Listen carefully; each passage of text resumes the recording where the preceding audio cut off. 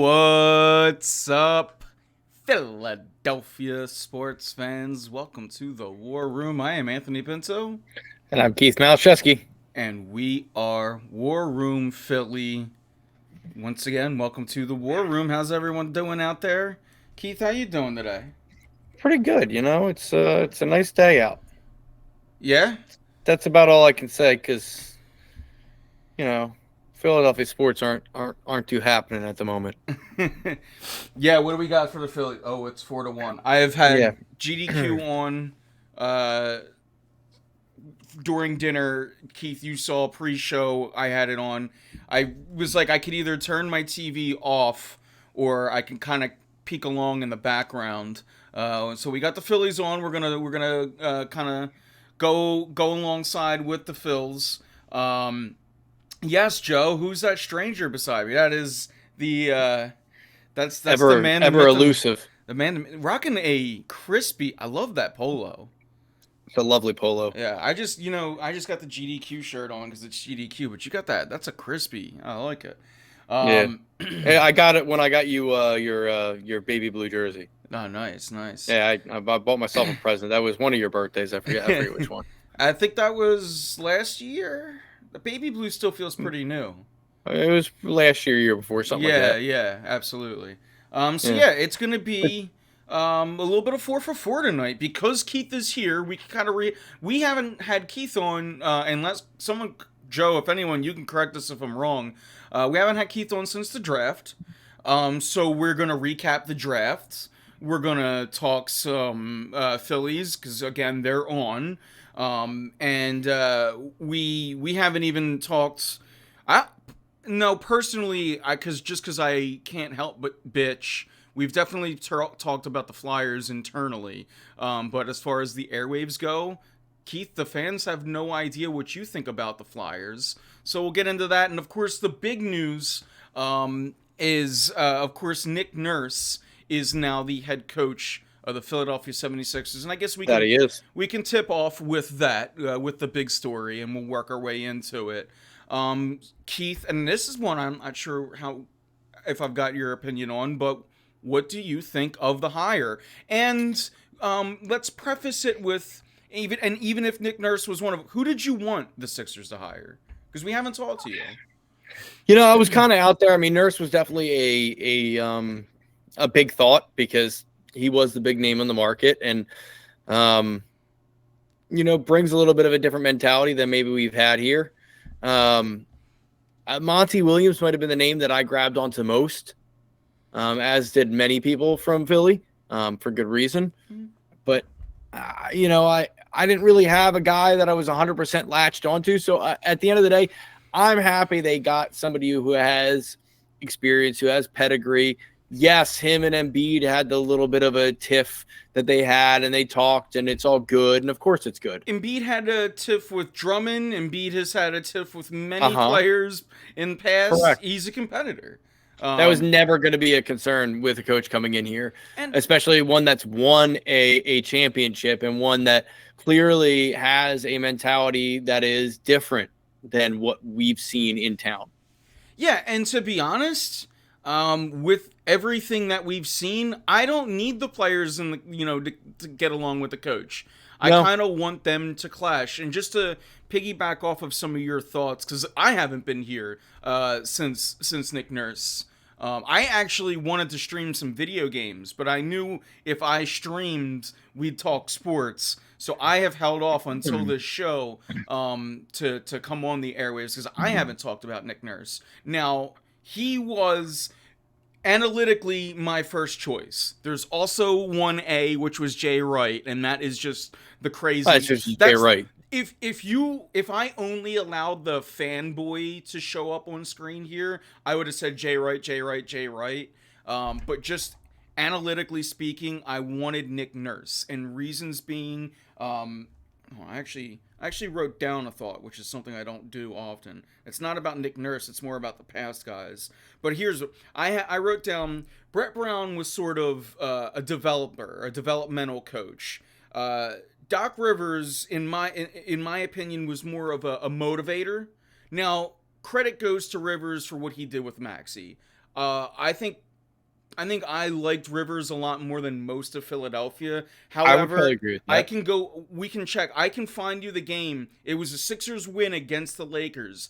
That is the game that I checked out on Doc Rivers. And they ended up winning the game, but it's the only time I personally on my own Facebook made a Fire Rivers status. And it was after, again, they won the game. I can't make that any more clear. I don't know what that shows about me. But it was a game against the Lakers. So, in my opinion, Doc was he was more of the motivator. And Nick Nurse is sort of the strategy guy, the basketball guy. X's and O's. When you go to the huddle, he's not going to be going, come on, we need a D. Come on, we need to make the shots. Like, of course, that's what you need. But wire, how do you do it? No, and I think that's what this team definitely needs. Yeah, I think, and look, I always go back to this. Embiid has only been playing basketball since he was, 15, 16? Yeah. His IQ comes from him watching YouTube videos. And all the credit in the world goes to Embiid for getting to this point, the MVP off of that. But now I think Embiid needs a guy that's going to come in here and sort of draw up some plays. Absolutely. Tell him, why he needs to be down lower, in the post more than just 25% of the time. It's things like that. So I do think that this was my number one choice. I feared Mike D'Antoni. That was a fear of mine. That would have been a potential alliance shift. That would have been we would have been a 2-show team potentially had it gone down that road. The Vogels, I could have dealt with that, but in my opinion, I only say you fire Doc because a guy like Nick Nurse was made available. So, absolutely. I think this was an upgrade. And again, this is it's sort of it's just why it felt time. Like when you fired Brett Brown, it was because Doc Rivers was available, and you're like, all right, well, maybe this guy deserves a year. Because even Brett Brown, there were people that saying, hey, this isn't the coach's fault, and they were right then too. Like it was the coach's fault, but it wasn't all the coach's fault. And with Doc, it's the same thing, and hopefully now we can get it fixed. And it's got to come with a big off season for Elton Brand as well, well, it's on Morey and Brand at this yeah. point to really do something this offseason. I'm still not upset at Harden coming back to a certain extent because it's tough to get better than Harden on the market as far as I'm concerned. And I know you have echoed similar thoughts. So I'm looking for some magic. If we're not getting Harden, I need to see something big, trade Tobias's expiring contract to get something to open up space, to get that player that you want if it's not going to be Harden. But whatever it takes, Brandon Morey are the ones on the hot seat at this point, not Nick Nurse, not Embiid. I mean, yes, the Embiid did disappear. He also had a sprained MCL and LCL, if I'm not mistaken, right? That was what he was playing on, right? Yeah. I'm not completely excusing him, but at the same time, a 4 to 6 week injury in normal season, he was on the floor for.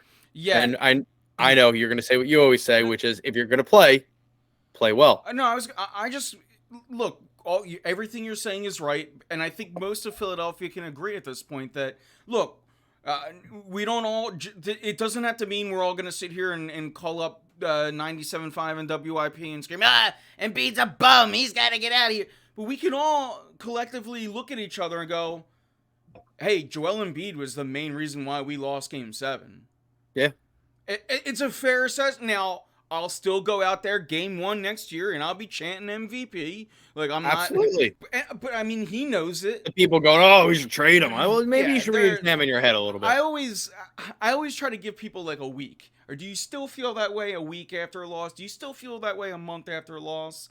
And then if they do, I'm like, all right, well now let me sit you down. Because why do you want to trade the best player in the league? And what do you think you're going to get for him? And if you want to get rid of everybody but Tyrese Maxey, you're going to be an 8 to 11 seed. Yeah. So If you want to tear it down, then you're going to trade Maxey, and guess where you are? You're at the process, except you're calling it something different.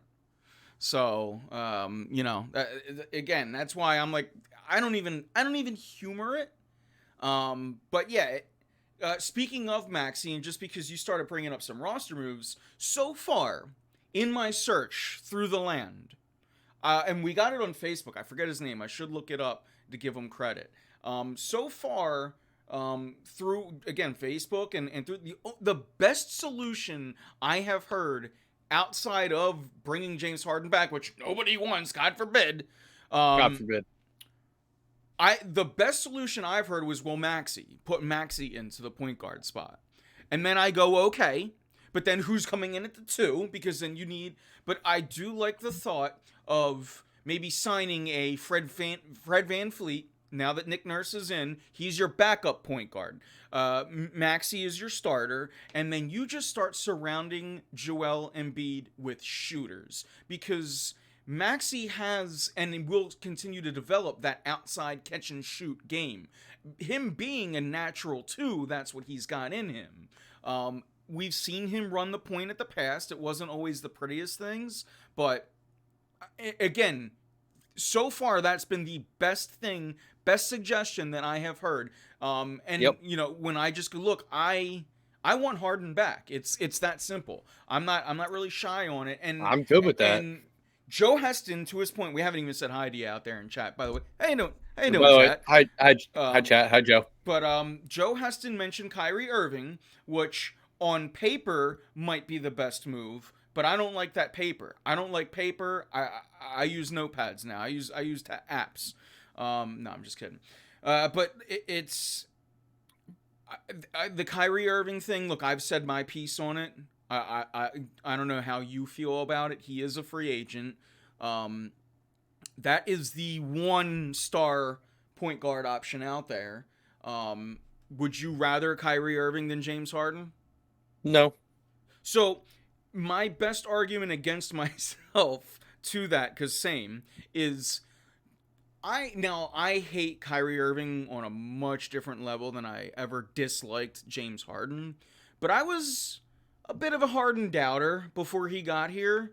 And then he got here, and all the things I doubted, he's a ball hog, he's ball dominant, he's a choke in the playoffs, like, he can't play defense. All to most of those things were extinguished very quickly. And even down to he chokes in the playoffs. All right, game 7, he didn't have a good game 7, but he won you 2 games against the Boston Celtics, and then played really damn good. Him and Embiid combined won you the other one. But what did Embiid do? Again, I'm a huge Embiid fan. I'm not here to. I gotta put these in between so no one flips it and rips me apart on the internet. But what did Embiid do? He didn't win you any games by himself in that Celtics series. What did we say going into Game 7? And I'm starting to hurt myself thinking about all this. But going into Game 7, all right, well, Embiid's gonna be the MVP at least one game this series. No, he didn't. He didn't do that. We didn't win the series because of it. So. Again, going back to, I guess, roster construction, that's where we are with this team now. Like you mentioned, now everything is on Morey and Brand. We got Nick Nurse here. Where do we go from here? Turn on the lights now. Sorry, I'm not going to start singing Blink again. That was for Saturday. Joe, how did you enjoy the concert, by the way, bud? I saw the message far too late about you saying something about being there.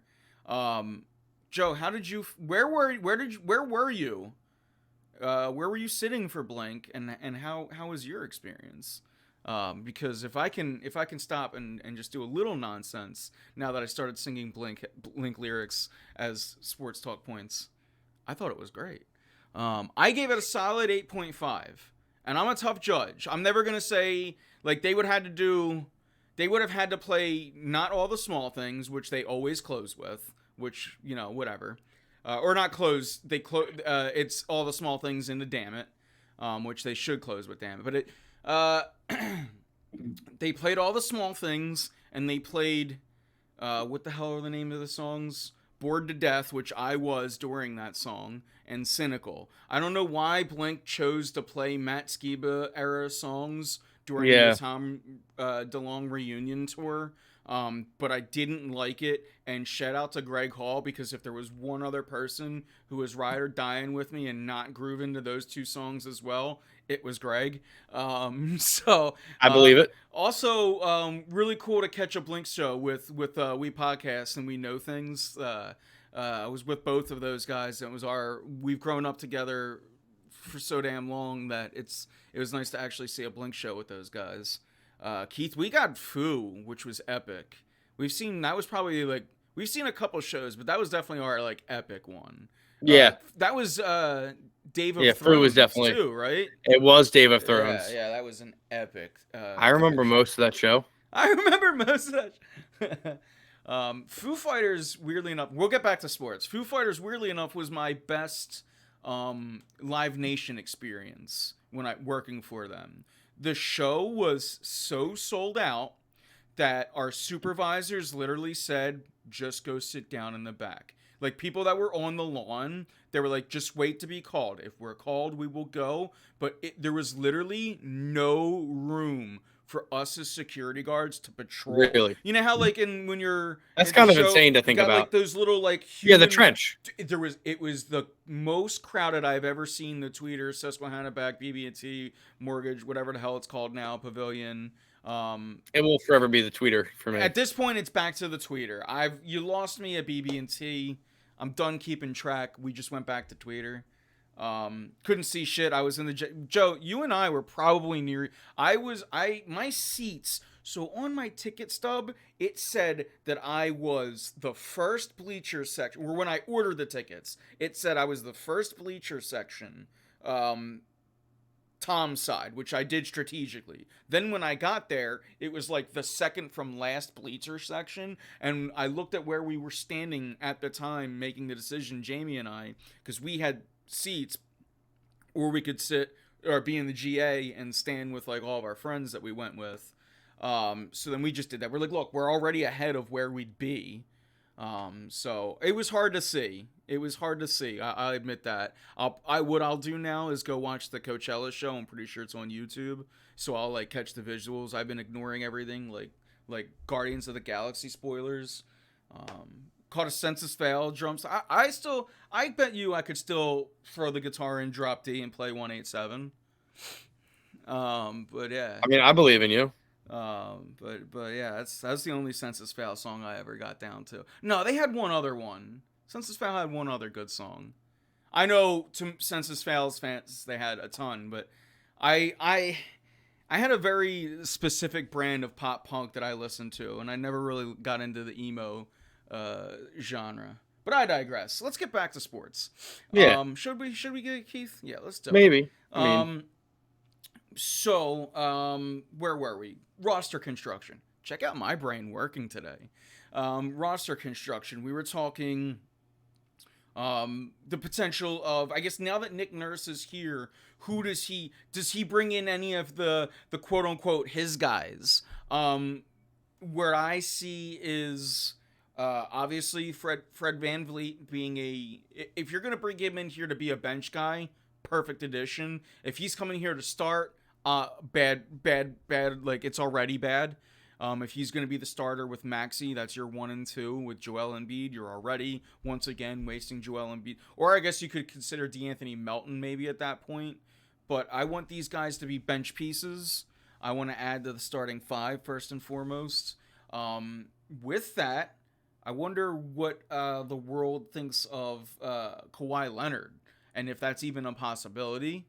But if you're going to trade Tobias Harris, that is where he's got a max contract. Those contracts would almost, would probably align. You would probably need a third team because the Clippers are not going to just trade Tobias for Kawhi. But if a third team can, if they want to take on a contract, that's where 3-team trades are hard for me to surmise in my mind, but I'm not Daryl Morey. But if you could get a third team involved, all I'm saying is if it can happen, are you interested in Kawhi? I mean, here's my problem. I mean, that basically is saying that you're going to re-sign Harden, you're going to trade Maxey, and you're going to get Kawhi back. I mean, that's probably what that I situation wasn't ends up thinking at. that. My thought was that's a good thought. I didn't think about that. My thought, Because, yeah, you got to trade the expiring, but I my feel thought like you would have be to get value. Tobias you're keeping, and that's why I went with a third team. I don't know if anyone values Jaden Springer. Doc Rivers buried him so far down on the bench. Shake Milton will finally be gone from this team next year, or I riot. I think you end up trading the expiring for a first for that third team, and then you get Maxey and that pick going to Kawhi. The Clippers giving us Kawhi back. That's kind of like what I see. It's a very logical, that kind of a thing. Obviously, you need to make a little bit more contract work and all that kind of stuff to get that going. But I feel like that's kind of a situation. I just feel like you can't get Kawhi and keep Maxey. That's where I'm at. But so again, just to give you I thought it would be hard to get. I would think it would be hard to keep Harden and Kawhi. I'm not a cap wizard though. But go ahead, finish your point. It would be hard, but if you're getting rid of Tobias, you free up that extra cap space. Yeah, I get that. It probably there's a chance it works. Yeah, it's doable. I'm sure there's a way, but maybe not. Maybe I'm wrong. But that being said, in a bubble, let's just do it in a bubble here. Yeah, would I like to get cool? We could bar talk for a second. We don't always have to be smart. Yeah, do I want Kawhi on this team? Absolutely, absolutely. Do I want Kawhi on this team? I don't know. Maxey isn't untouchable for me, but I don't know that I want Kawhi for him. Let me look up. I gotta see what he's like, how many games he's played in the last few years, because it feels like if it comes down to that kind of a trade, I'm not necessarily interested either. It feels like Kawhi Leonard hasn't been relevant since he beat the Sixers and won a championship. To be honest, you are not exactly wrong. The Clippers haven't done shit really since he's been out there. Kawhi Leonard's had some injury issues, so he has made, for whatever it's worth, he made the All-Star team in 20 and 21. In 2022, he didn't play because of the ACL injury, and then last year he played 52 games. Again, still coming off of that injury. Now maybe you go, all right, well, he's 2 years removed. Is he healthy? We've seen even Klay Thompson come back from 2 ACL injuries. He's also 31, which is kind of, that's younger than Harden. Shit, that's younger than us. Feels bad, man. Why you bring it into that? I'm looking at it going, oh wow, he's almost a full year younger than my brother. What's Harris? Tobias Harris. Nah, Harris has got to be older than him. He's 30, so if you're strictly talking now, we're what about seasons? We're talking about Maxey, but if you're talking with Tobias, you're not really losing any age. But going back to Maxey, it would be like, I think I need like a star shooter for Maxey. Yeah, that's what I'm saying. I need somebody that's going to be a knockdown shooter, because I don't really care. I mean, I shouldn't say it that way. How do I want to phrase this? Bringing Harden back is a great step, but if I'm going to be busting up this core, I need somebody that's going to be able to force Embiid back to the inside to dominate like he dominates. Yeah, and that's also on Nick Nurse hopefully as well. And again, I still want to see the pick and roll. Absolutely. He's a dynamite shooter. He's a dynamite shooter. You can't say he's going to be inside all the time. Yeah, but the point with, and again, if you look at the, with Doc Rivers and especially against the Celtics, it became that's the only place that he wanted to stand was up by the foul line at the elbow. Yeah, I agree. I think that's where, again, going back to Ross, surrounding this team with shooters and knockdown shooters, it's got to be that, and then I don't necessarily think they need attitude anymore, but they need a player that's cold and that can. And again, everything. I need a Dame Lillard. I need a Dame Lillard, like somebody like that. I need a Jimmy Butler if you want to poke the sore spot. Yeah, I need somebody that that's going to be that guy at the end of the game that says, I don't care. I'm going to make this shot. That's what you need. Yeah, what Harden was in the 2 games that he won for you. But again, we'll see. I think that this city has rendered Tyrese Maxey untradeable. I think that the Sixers would have to unequivocally win the trade for Absolutely. people to not immediately riot. So He's I think too beloved at this regardless, I point. think this is all just, again, like we said before we prep. It's kind of bar talk anyway. And for the record, neither of us want Maxey to be I traded. mean, to Like, be fair, Maxey's also 22. yeah, So, like, you still got you know what I mean? There's one more year, or it might even be 2 more years. I think it's just 1 more year on the rookie deal, which then he's going to be coming up on a potential max deal. Now, because he's a draft pick and stuff like that, again, the NBA's cap works real weird, so you just got to roll with it. But as far as now moving forward with this team, look, if they can get Kawhi, and again, it's not for Maxey, if you can move a Harris, and again, really your only asset, because I don't think there's many picks left, is Jaden Springer, which I personally want. I love that pick coming out. He's been buried so far down on the bench that we really don't know what he is as far as an NBA player goes. But I like Jaden Springer, and again, rookie contracts means you can potentially sign those players elsewhere.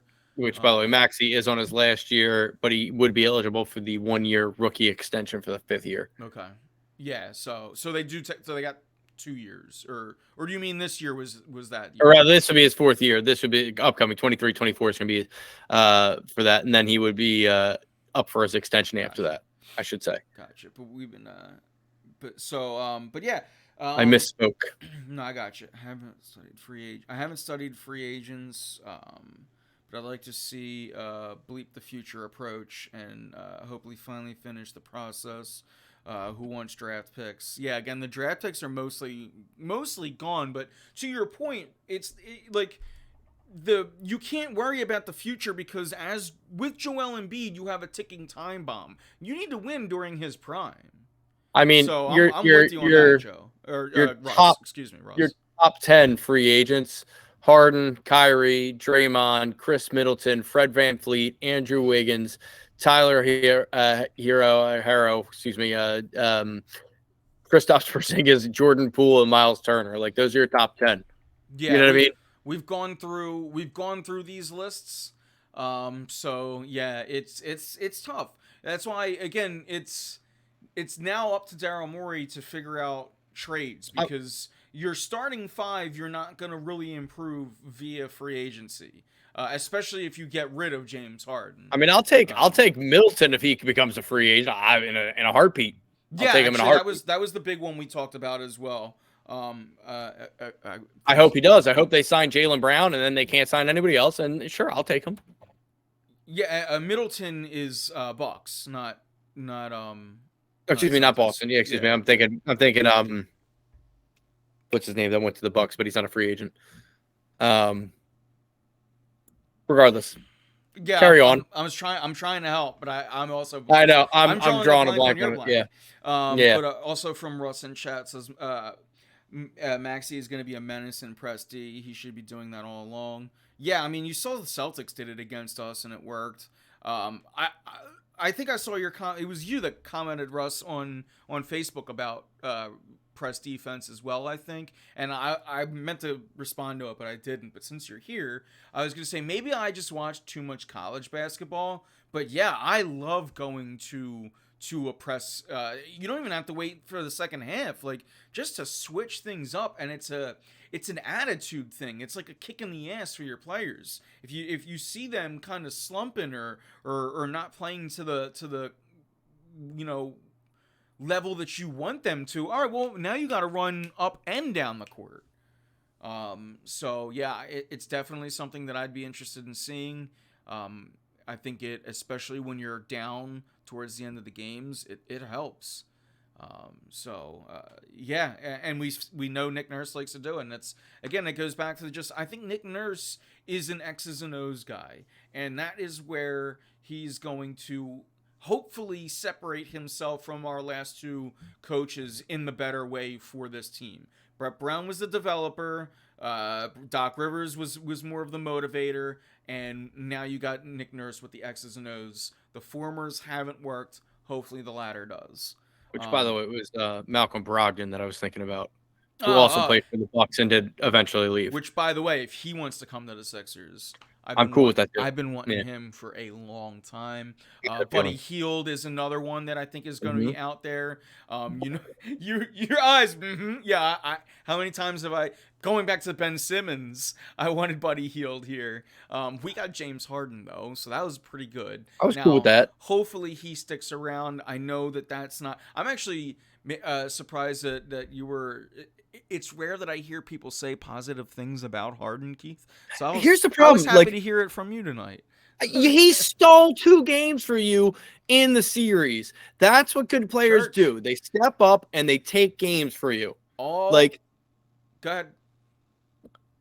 And again, I'm going to preface this with, yes, he was injured.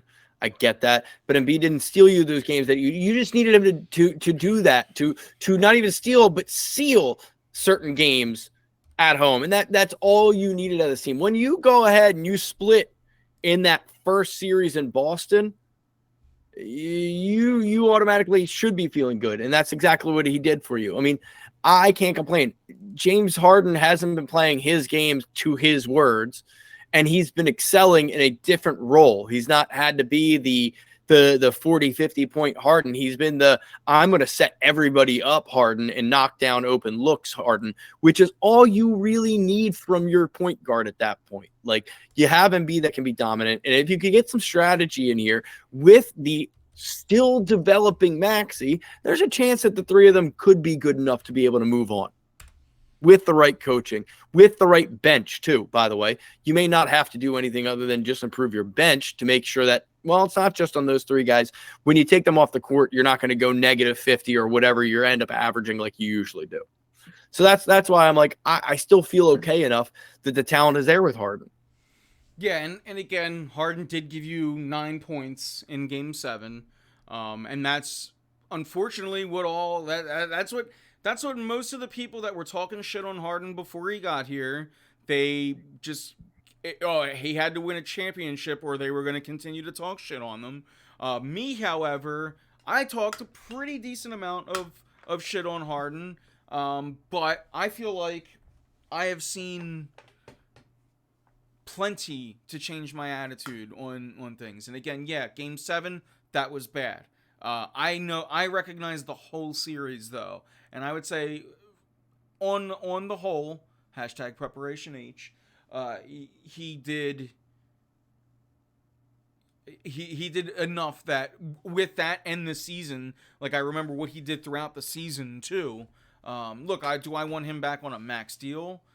No. Do I think any other team is going to look to give him that? I don't think so. And at that point, maybe you get a sign and trade too, which is also, I think, a big potential here. But you need a sign and trade that you win. Not a sign and trade like the Jimmy Butler thing, where what did you get back for Jimmy Butler? What, Josh Richardson?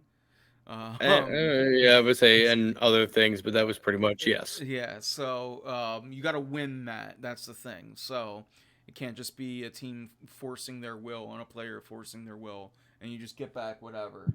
We still got 4-1 going on the Phillies game. Is the relay still on? We're missing we're missing a sonic relay on GDQ. Well, the good news is, and I'll say this because I messaged you and you don't see it. I was an idiot and I forgot to bring my plug down today. So I got about 10 minutes of battery left. So we got about 10 minutes of show left. Oh, okay. Oh, it'd be like that. Yeah, I'm gonna be. Well, at least we got 10 minutes of you left. If I can always hop on. You over. Can keep going, yeah. But yeah. Or do you know where that's at? Can you run? I probably could. I probably could find it within the next 2 minutes. So I can talk long enough that if you want to go grab it, we can do that. Just in case, why not? I mean, we might be done in time, but let's be safe. Okay.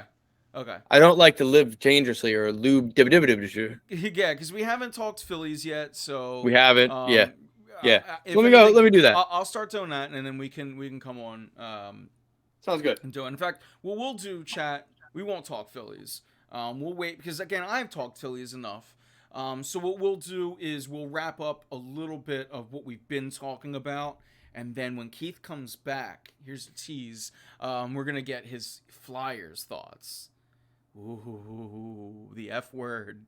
We could talk blank. We could talk but last year is looking more like a fluke. Oh, the Phillies. No. They're in almost the exact same spot that they were this year. Now, here's the thing with the Phillies. They need to get back to fun. And I'm gonna wait to talk with Keith, but it's been what I've been preaching. They need to get back to fundamentals. But why you can't say it's a fluke is you got to look at what they've started with already, and it's been too many pitching injuries right out the gate.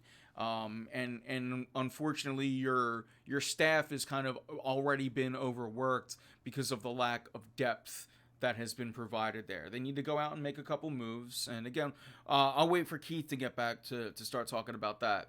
But to wrap up the Sixers talk, yes, and Reese is a huge hole, huge miss. But again, just to wrap up Sixers talk, since Keith and I, that's what we were on, and I don't want to miss anything else with that because that he's here tonight to give his thoughts. I've been giving mine plenty enough. But what I haven't given my thoughts completely on is the Sixers, and then we can wrap that up. This is now that, and it's something we started talking about, now that Nick Nurse is here, as soon as this team can hit the ground running, they have to start roster construction because since Ben Simmons bent this team over the barrel, they have been an incomplete team. After the trade deadline, even when you got Harden, you needed a bench. And then you went through an entire offseason, an entire another trade deadline, and a playoff run where you did not have a bench. So at this point now, it's shake up the core, find a way to figure out the starting five, but then attack at signing a bench and getting 8, 9, 10 players deep.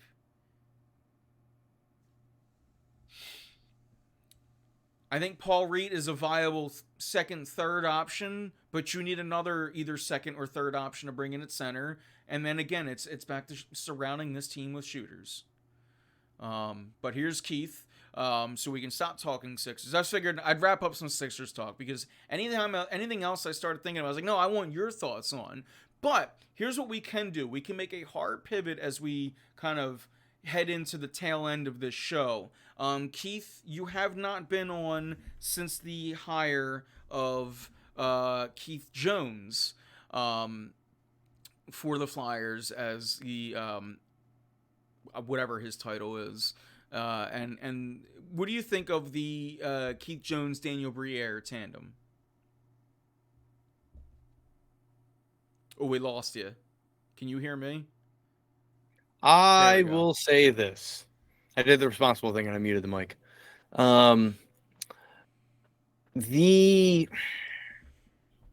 My initial reaction was I like Danny B. I wasn't so hot on Jonesy, but I was optimistic, possibly in a very cautious mood. The things that Jonesy has said since then, I like a lot more of what he's saying because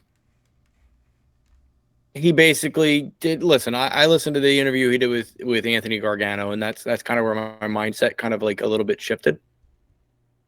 And he basically said, "Look, yeah, listen, I get it. It seems like the old, same old, same old." And you know, hockey is played differently than it was with those guys, with the Clarkies and the Holmgrens, and now they care and they need to move on. They need to do something else, and it's time for other people. And I think that Jonesy, with his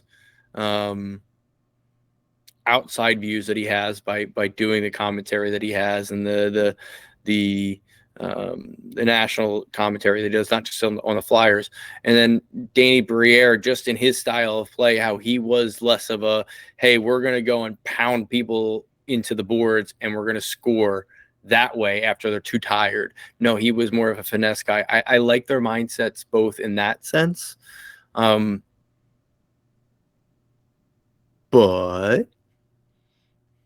there's still flyers inside hires, so it's tough to get overly excited.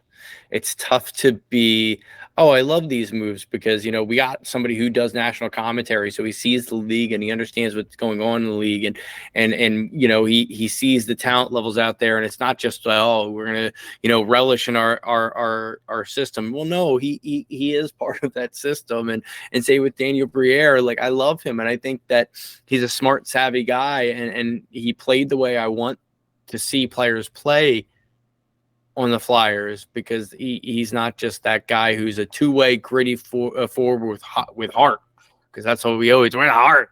That's he always here, but he's also a Flyers player, and he's been in the organization, and he's an inside hire. So again, it comes with that double-edged sword there, and I can't help but be concerned, and I can't be optimistic, much like Joe was saying in chat. Until they prove us otherwise, I can't be wholesale for this. Yeah, I go even further from that. I am going to absolutely roast every move that they make as an organization until they prove me wrong. So, and that's that. Look, if they make, you're not wrong. I'm never gonna be contrite and just stick to a character. If they do something that legitimately moves the needle, I'll tell you. But this is not that move. And I already gave my red-faced rant, so I don't need to do it again. But yeah, this is, in my opinion, not the move, and I think we're in a collective here, even in chat, as I see it there. It's and Joe, we know, like it's weird seeing Joe Heston of all people down on the Flyers. I like Danny Briere as a hire just in a microscope before anything else happened. I enjoyed that. I think it was a nice natural step. I do enjoy that. It's the Jonesy part that kind of miffed me, if I was going to be honest. And that was giving you my most optimistic version was what I gave you tonight. What about? And I've had a lot of time to think about that. But if I was going to say, I want an outside president of operations putting pressure on the entire organization. That's what I want. The GM only has so much, because we've already seen what happened with Hextall, who even was an internal candidate. And I'm not saying he was right in this, in the sense, he was not right. We already know that. His defense of Hextall got him fired. And now obviously he's been fired by the Penguins. That I digress on that. But at the time, that was Holmgren saying, hey, fire Hextall, we're going to do this. This is what I want, somebody who's outside the organization and doesn't even let the GM hire Hextall. It says, no, we're not going with that guy.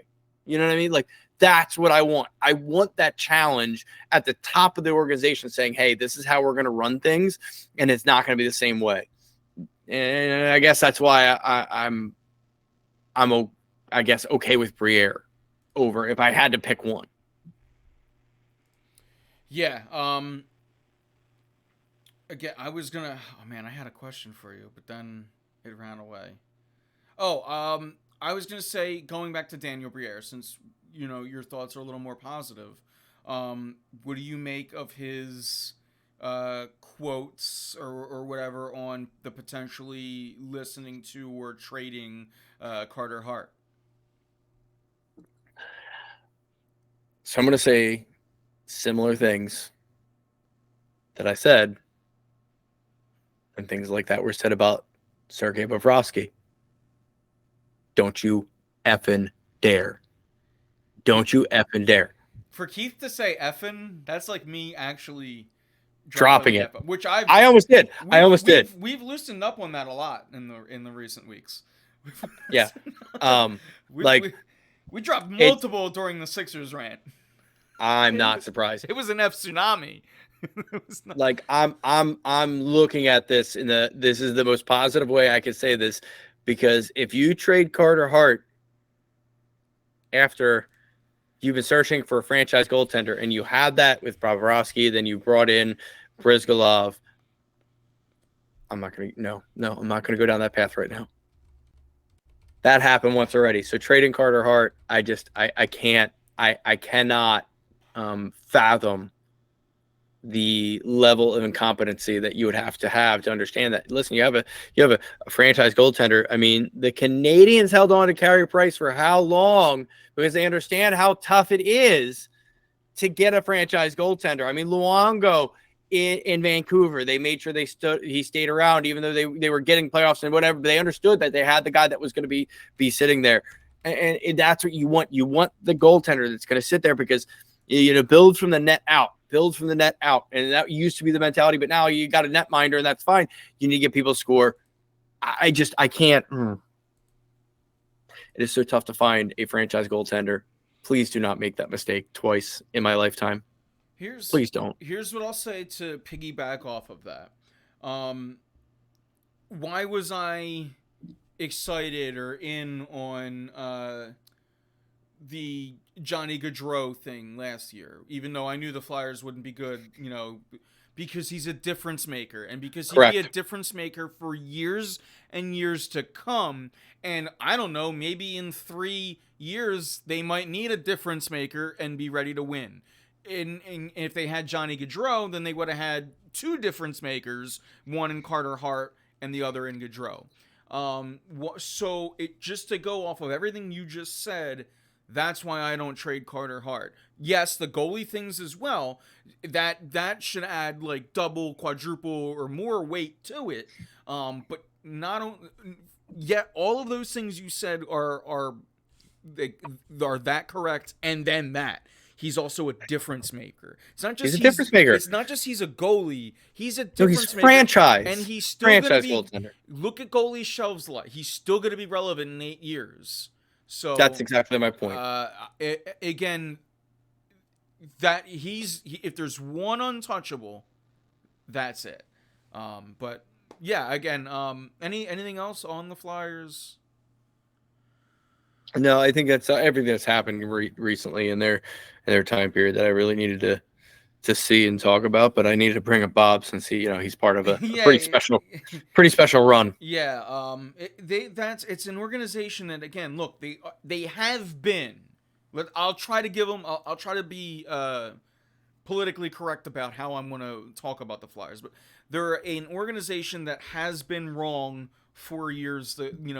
For all these years past. So it's kind of hard to have faith in them, and they're just fundamentally look like a team that need to be completely overhauled. Speaking of a team that seems to not be able to grasp fundamentals, I'm going to use this one, Keith. The Philadelphia Phillies. When it comes to fundamental baseball, they just seem to be allergic to it this year. And again, we started to talk a little bit of Phillies while you were grabbing the charge, and I was like, let's hold off. Yeah, Joe said that they were what was it? It says last year is more and more looking like a fluke. And I was like, now here's why I disagree with that. For one, they were in this exact spot that they were last year. 2, what's happening to this team right now is they just got hit with bad pitching injuries in spring training, and they didn't have the depth to kind of take it on, running. So, and they didn't have Bryce Harper, and they lost Rhys Hoskins.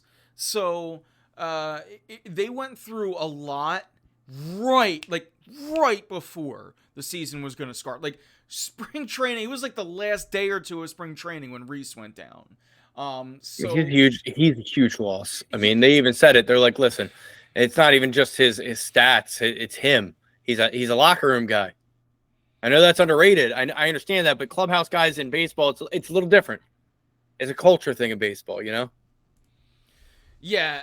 And again, it's And yeah, let's not balk at the 30 home runs that he's bringing to the plate. Like, let's think about that too. Yeah, exactly. So as far as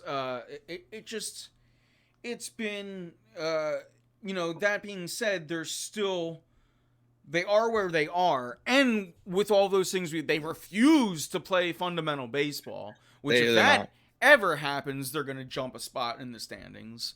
And now it just comes down to, okay, Trey Turner's gotta find his groove. Nick Castellanos still needs to start hitting for more power. And in general, this entire lineup, we know now the next time we'll be on, it'll be June. So Schwarber, now it's June, so now the pressure's on Schwarber, because okay, it's June, it's your time, you got to June, start it's your doing your time. Let's go. thing, and if you don't, now we're gonna start getting on you because we all said, all right, we wait, just like last year, wait till June. All right, we'll wait till June. But these guys have to start kind of individually stepping up, and what I see with this team, outside of the things that I've been bitching about, fundamentals, base running, fielding, fundamentals, they need to just start hitting for more power. If you go up and down this lineup and you look at the averages, you're like, the average is there. Where are the RBIs? And the Yeah. RBIs aren't there because right now they're a team that's hitting for a lot of singles and doubles. And what happens when you're hitting, in particular, a lot of singles is you string one, string two, you string three together, but then you don't hit that home run. You hit into a double play, you strike out, and the inning's over, which is what we've seen far too often.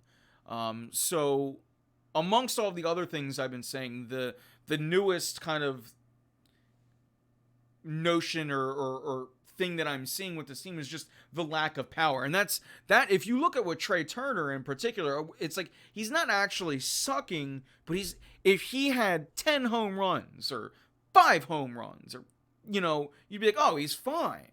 But he doesn't, and that's been hurting us. And it's yeah. So all of these guys collectively have to step up. Your pitching is gonna slowly come along as the depth gets there. But it's this team has to start fielding, has to stop with the base running errors, and they have to start playing fundamental baseball. I'm gonna continue to say it until they make me shut up. But I mean, I yeah, won't. it's and it goes back to Trey has 500. Well, 5. That's why he needs 10. Yeah, I mean, Trey. Listen, Trey has not done well. Trey's even admitted it. 5 more home runs is what I meant to say. I misspoke. Trey has also admitted that he has not played to where he should be playing.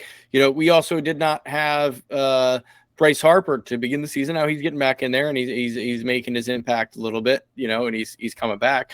That's going to help, but it's frustrating to watch. I mean, there's been some head scratching decisions that Thompson's made in pitching in general.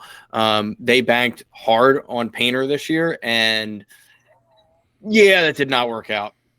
He's obviously injured. That's something you can't necessarily expect, but at the same time, it was a lot to hang on somebody, a young kid like that. Say, oh, we're gonna have him hold down part of our rotation. Well, you needed to have a backup plan, because even if it was an injury, what if the young kid doesn't work out coming from did he play in triple A at all? I think it was just double A straight up, wasn't it?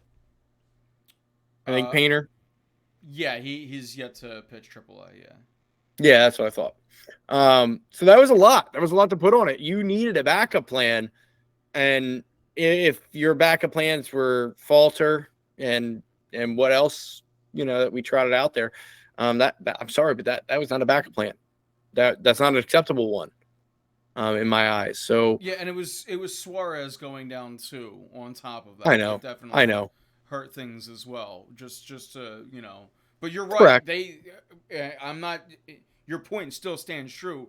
They time and time again they overlook pitching depth. They do, because they don't produce it via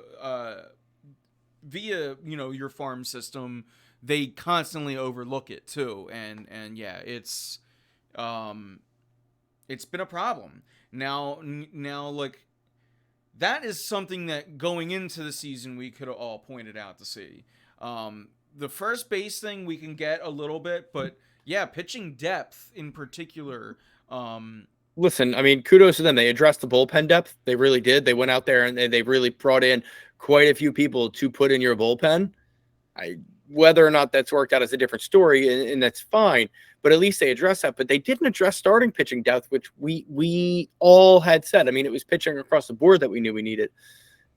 I don't know how you let that go when you're looking at trying to compete for a division. Yep. Yeah, and it's what Dombrowski's got to do now. He's got to go find. I said, I think at least a starter, maybe 1-2 pitchers, and you got to go find a first baseman. This whole notion that Bryce is going to come in and play first base, how does that help your lineup? No, if anything, you're looking at Schwarber playing first base or something like that. No, like, but again, you know what I mean? how does that help your lineup as construction? It doesn't. It maybe helps your defense, but how does it help your lineup? But here's what I'll say about that. Bat in this lineup. Here's what I'll say about that. I think your lineup is good enough when they actually are firing as they should, because Schwarber, Castellanos, missing, Harper for a good amount of time. You have Trey Turner, you have Real Muto, and Stott's been doing what Stott needs to be doing. I mean, 6 deep right there, you're looking pretty damn good. And Sosa's, a rotational guy, but he's looking okay. Bohm's been looking good. Well, actually, I can't really say, but Bohm has had good times and everything. But that's what I'm saying. When you have this lineup firing as it is, you don't necessarily. I'm not saying you don't want another bat, because of course you do. But if you had to pick one, I'm going to go and get a starting pitcher before I get another bat. Oh, I'm not going to pick one. That's the thing. I'm going to go out there and get about 2 or 3 acquisitions, because that's what this team needs to go and win a World Series. I'm not picking one. They need both. They need at least one starting pitcher and a first baseman. By the way, Boston Red Sox, no Kyle Schwarber. So that's not going to be a thing that is even humored. But yeah, CJ Crone, that's been a name that Nick, I think you and I bring up CJ Crone every week anymore. So yeah, that's what I think they need to go out there, and because like I said, to your point, Keith, yeah, there's the names in this lineup, but what are they missing? They're missing home runs. They're missing Rhys Hoskins, 30 home runs. You need to go and fill that void. And I don't want to wait around for Derek Hall. I don't want to I don't want to experiment with Bryce Harper. I'm going to go out there and make a trade.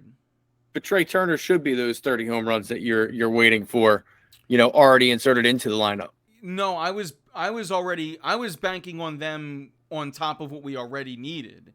I was banking on that 30. We needed that because we failed last year. We needed more.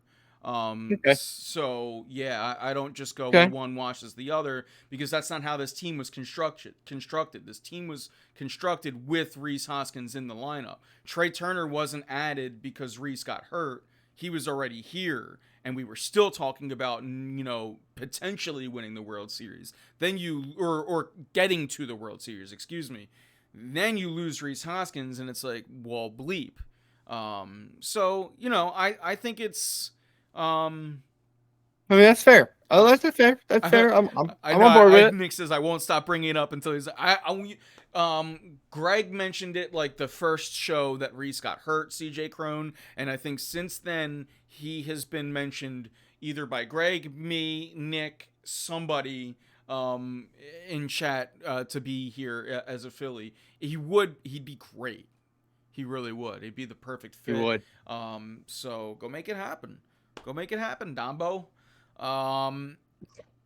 Anything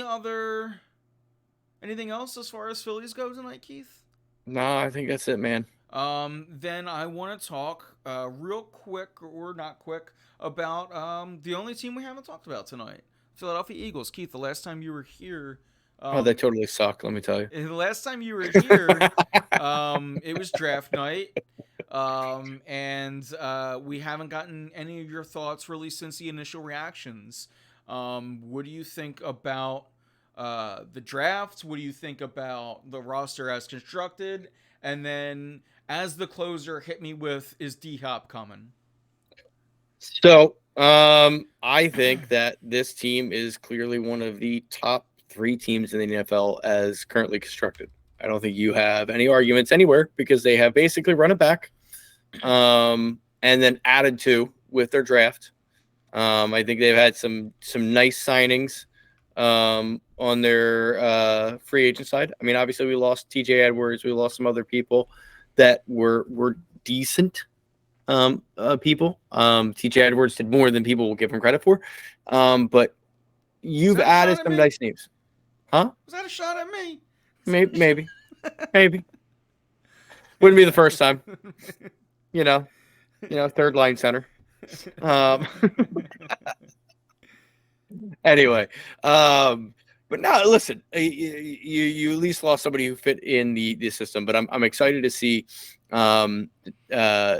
obviously having a new defensive coordinator that's highly regarded within the league. I'm excited for that. I'm excited to see the dog mentality that Howie has brought to this team through the draft, with some highly rated draft prospects. And I'm excited to see just in general how this team keeps going, to see Jalen Hurts and his growth arc that we've been watching, because that's also a huge part of this, to make sure that he continues to grow and develop and to take a step forward, or at least stay where he was last year as a quarterback, because obviously without that, we're not going anywhere. I really like what they've done with running backs. As far as, obviously Miles Sanders walking, and then seeing obviously Swift was added post-draft, which I love, to go with Penny, because they're both high reward, low risk type trades and signings, because they would get injured, but it didn't really cost you much. Gainwell, who showed well, he's on the roster, and obviously Boston Scott, who you keep on just for 2 games a year. That's fine by me. The only real position that I didn't see addressed directly was punt returner. And that's something I know that's sad that I'm going with that, but I see all those things where people are like, "Oh, bring Deshaun Jackson back and he can be a punt returner." No, he can't do that anymore. But yeah, sign him for the one day contract and let him retire an Eagle. I'm cool with that. Him and Foles, 9 and 10. Yeah, let's do it. Let them go out together. That's what I'm saying. Sign up for 1 day contracts and let them sign it, and then retire, and then there you go. But as far as anything else goes, roster construction, I don't see why I really would not be excited for this team. I mean, this might be the most excited I am for an Eagles team since 2004. Yeah, unless last year counts, because we were pretty excited last year. I mean, we were pretty hyped. But we had tempered expectations, given that we were still seeing, will Jalen Hurts be able to be the guy we think he's going to be? So let me rephrase that. Week 3 last year, from there on, we kind of like, you know what I mean? Yeah, I'm taking just from the But preseason. No, it's funny. I go back, or during the Super Bowl, like bye week, I went back and looked at our off-season shows, and I thought it was like a different person. I was like, I thought these things. I was like, because in my head, I was like, no, I always was at least a little light on, but I guess on air, I was not.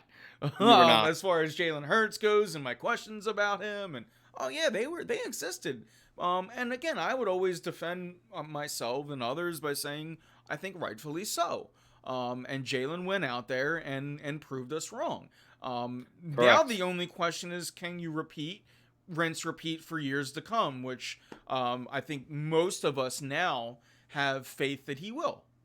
We do, and that's why I say this might be our most excited year, because it was the additions of Terrell Owens and obviously Javon Curse. You saw those 2 huge additions going, okay, they're loading up. They're absolutely loading up, and that's what brings me to my next point, where yes, we have re-signed players, and we made sure that Slay was happy, and we made sure we didn't take a step back. There's some players you can still add out there. Specifically one, D-Hop. I'm just saying, Howie. Maybe you should investigate that, because you get that going on. We're talking about probably one of the most disgusting offenses that you can even think about. Oh, and by the way, they were thinking about shopping Buda Baker at the same time, so maybe just get both of them and just really just let's let's go for it all. Fuck it, let's bring Ertz back too. Yeah, shit, let's go. So just to we're spiraling out of control with the We first- are. But those first two, I'm actually serious about. The Ertz one, I'm like, realistically, look, wide receiver 3 is still a question mark on this team, or maybe it's not a question mark. the longest question. Maybe you know the answer. It's an upgradable position. That's probably the most diplomatic I can be about it. Yes. So yeah, it's certainly a position you. We can got the upgrade. cap space. I know you can roll over cap space the next year, but you got the cap space. Here's what he wants, from what I saw from Adam Schefter, in quotes, a significant deal. If he can go out there and get that, go out there and get that. By all means, make that paper, boo-boo. But I don't think he's getting that. But if you can't get that 3-4 year deal that you think you're able to get, and you want a 1 year deal, maybe the Eagles can offer him the most in a 1 year deal. I am for that, but then it begs these questions. Does he play slot? Who plays the slot out of your 3 then? Because you kind of have 3 deadly. I think, but you have 3 wide receivers that are all kind of outside guys. I think Devonta slides the slot. I think he plays that shifty slot guy very well. You could also just say they can rotate, and all 3 of them can play all of them. Although I would think that Hop would be more strictly outside, but I think AJ and Devonta could slide inside and out and not miss a beat. That's just me. I don't know from a pride standpoint if AJ Brown would be bought into it. But maybe if he's sold in the right ways, he could. I mean, he did straight up say he's not much of a slot guy this offseason. That's what I'm saying. See, but if I'm the coach, this is what I hear out. I would go, all right, well, don't you want to prove that you're better than him at that too? Aren't you the best? Because I think you're the best, and I think you could damn well play the slot if you wanted to. That's how I would sell him. Which, by the way, we're talking about this. Joe asked me what the games that I'm looking forward to most, so I do want to get to that eventually. But finish your point. My fault. I think I finished it. Yeah. Okay. I just want to make sure. Or not, I'm finished talking. No, there you go. Listen, it's a rarity. Which is hilarious because if anybody knows you in person, that is a different story. Yeah. To make sure you are talking. But the 3 games that I think I am quite excited for. I'm always excited for the home opener, so I'm going to leave that one out of that. I'm going to that one versus Vikings, which is rare because it's a Thursday night game, which means I am not working September 15th. It's just not happening. It's not happening. But I guess the games that I'm most excited to go to, I would have to say, if I'm going to go to the Bills-Eagles game, that'll be great. I'm excited for that. I'm always excited for the Cowboys game. But if I'm talking non-divisional, I'm going to eliminate all those, right? I want to see the Niners, and I just want to spank them with whoever they have again.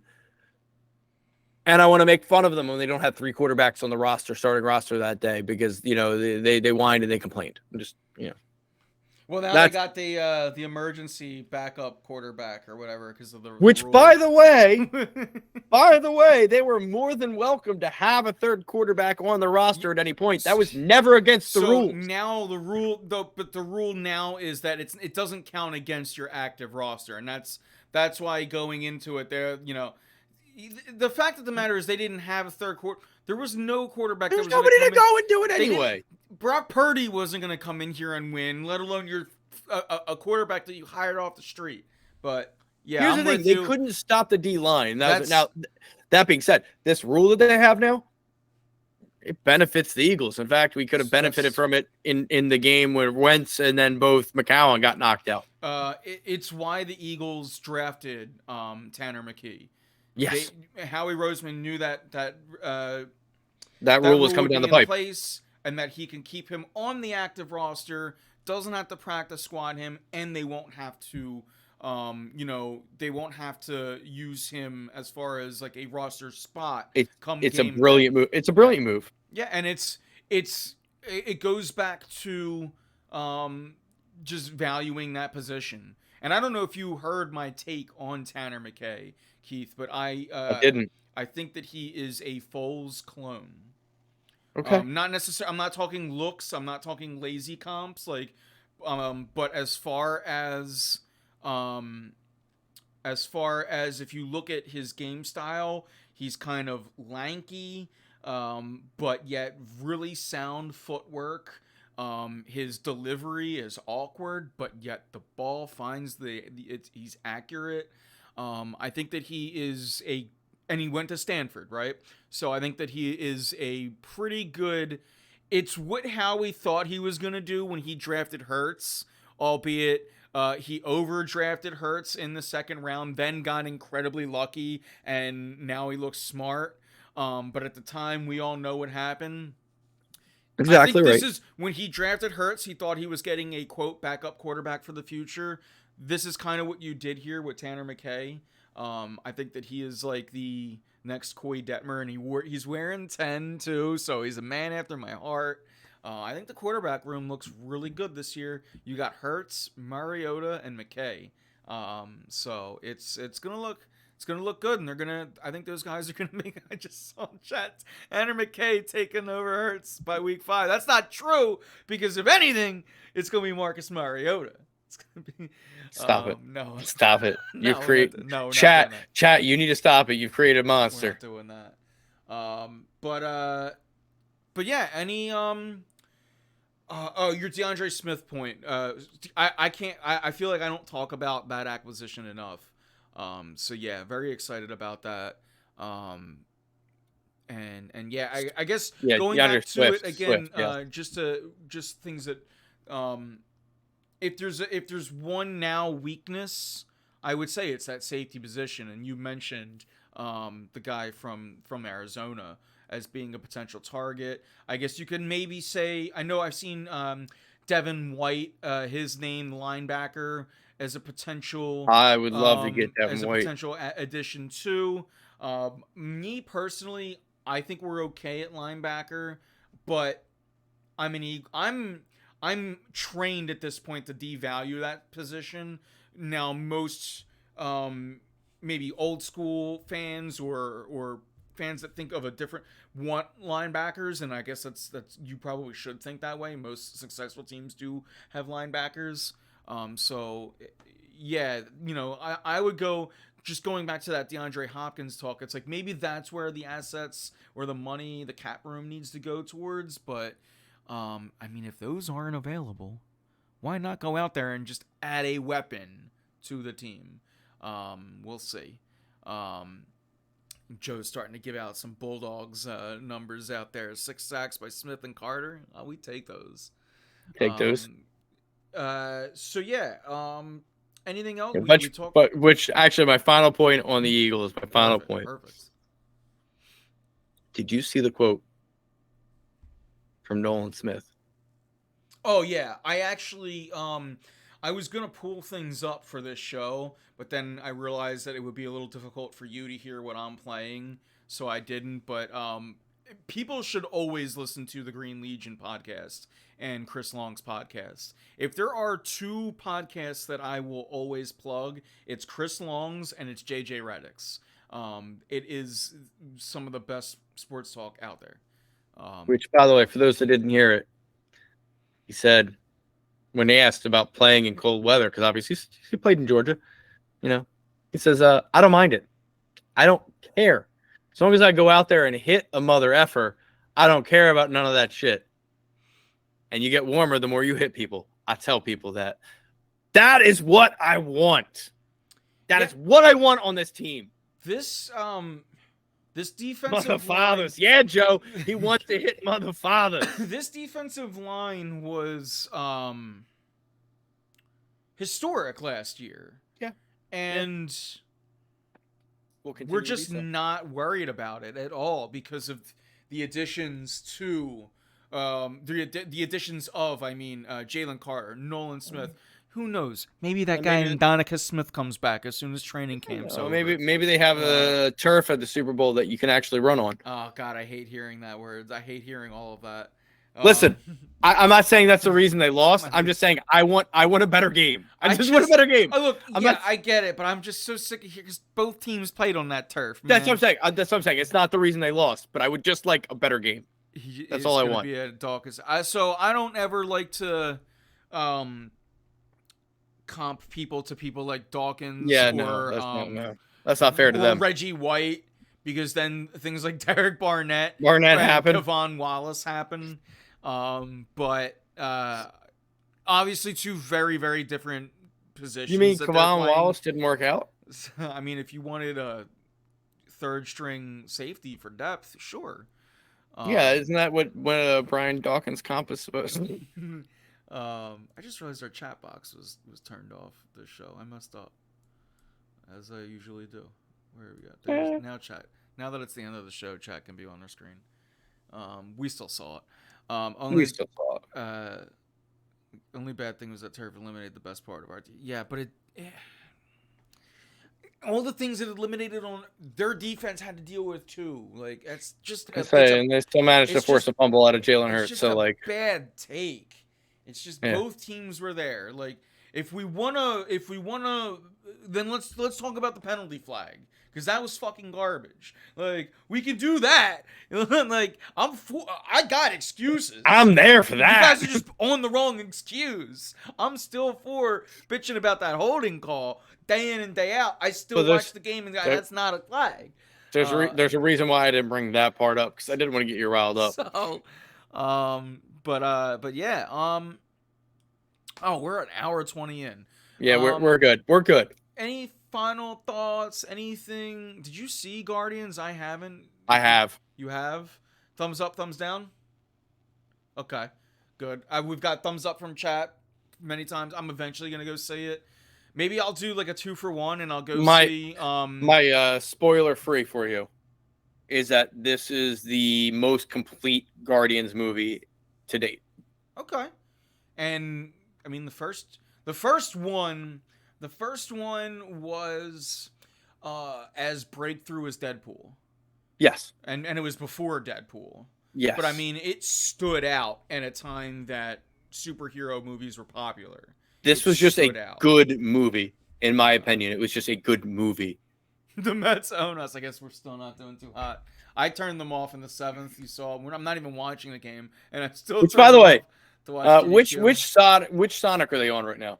It is Sonic Adventure DX Director's Cut, and it is they are doing a all stories relay. So it is about 7 to 9 runners that are rotating. That's pretty cool. In and out. Because I thought it was Sonic Adventure. Like I thought that's what it was, and I was like, all right, cool. Yeah, we're missing the Sonic block right now. It is what it is. So the best thing about this is I'm gonna watch this VOD in particular 200 to 300 times. So it's not that bad. It's almost like I try to watch as much as the bad stuff that I can live, because I know I'm gonna rewatch the good stuff, and I just want to absorb all of GDQ and its glory.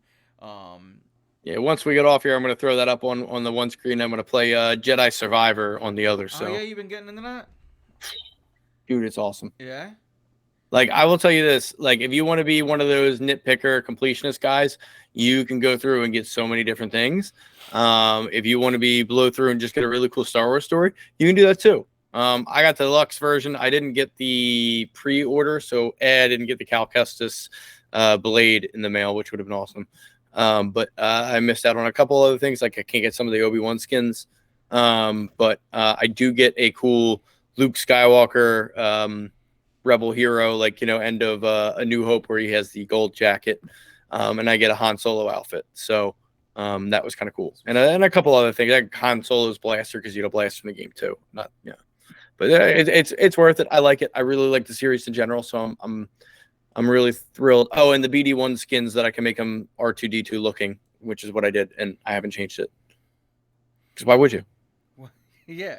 And of course, you know, skins get wins. So There's that. I'm looking forward to that being on. I would imagine it'll be at the next GDQ. It's too Probably. soon for it to be here. Hmm. But yeah, that'll be when it comes to platformers like that. I just can't wait to see them. Dude, that Speed run it. open world speed runs are so impressive because like them 100%, like if especially it's 100% like open world, like you're just like how Yeah. like, and there's just certain things that you're just like, okay, and it's impressive. It's a fun game, so I do highly recommend it for those. And my final nerd point of the night, I'm so stoked after watching that live action of Spider-Man 2. Oh yeah. Like the gameplay of Spider-Man 2 gets me so stoked, and I'm so hyped. But that's about all they had from the PlayStation releases and everything that really got me hyped. But I'm so stoked for that because I loved Spider-Man and Miles Morales. Have you gotten to play either of those? Haven't played them. They are now available on PC, so I You can. absolutely should. Not in my genre per se, but then again, it's Spider-Man, so it is. I've watched I've watched tons of speed runs of the game though, and I've taken in a lot, and there's a lot of unskippable cutscenes. There So are I've even seen some of like I've taken in a lot of the the lore story, of yeah. the game, even though speed runs are a thing, and you try to break through as much of that lore as possible.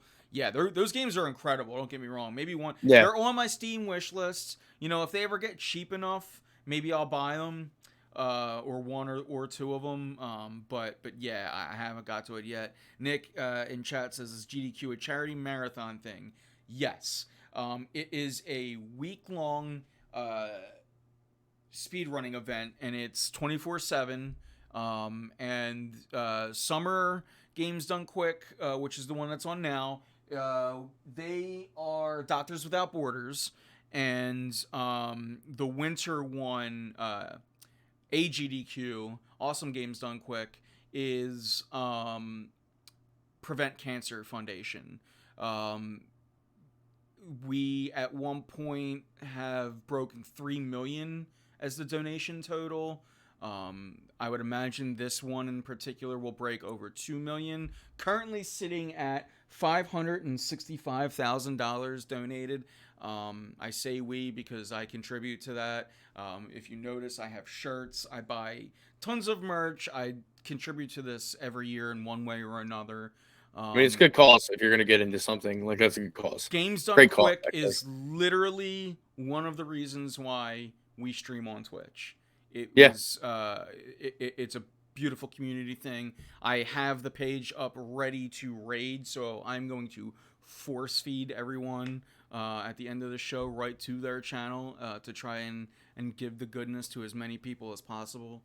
But yeah, Keith, do you have any final thoughts or anything else? Because like I said, I'm No, ready to, let's turn it over to GDQ. I'm ready to force GDQ upon the folks. So yeah, with that, it's been a fun one. Actually, Go ahead, I'm gonna give one my shameless plug, which is why I've been missing a lot. Plug away. If you are in the local area, you want to see some local art, I'm directing a show. It is the classic play You Can't Take It With You, and that'll be at the Village Players of Hapro. You can find that at thevillageplayers.com. You can buy tickets. We're going to go up June 9th, so that's a little over a week away. But we've been working hard on that. So that's why I've been a little bit MIA as I've been working on that the past couple of months to get that up and running. And I'll tell you this, if you've ever seen it before, it will be a completely different imagination. That is guaranteed that you've never seen it done like this. So come out and bother me. You can see me after the shows and everything like that. I'm not on stage, but I'm always around to talk to audience members and fans of the show. So come out and see it. Yeah, absolutely. Awesome. Anything else on there, Keith? That's it, man. This has been it's been a fun one tonight, guys. Thank you all for tuning in, Keith. Thank you for joining me. And then I guess with that, it's time to put a bow on this pretty little show. Well, I'm Anthony Pinto. And I'm Keith Malashevsky. And we are out of here. Unable to raid GDQ at this time. What the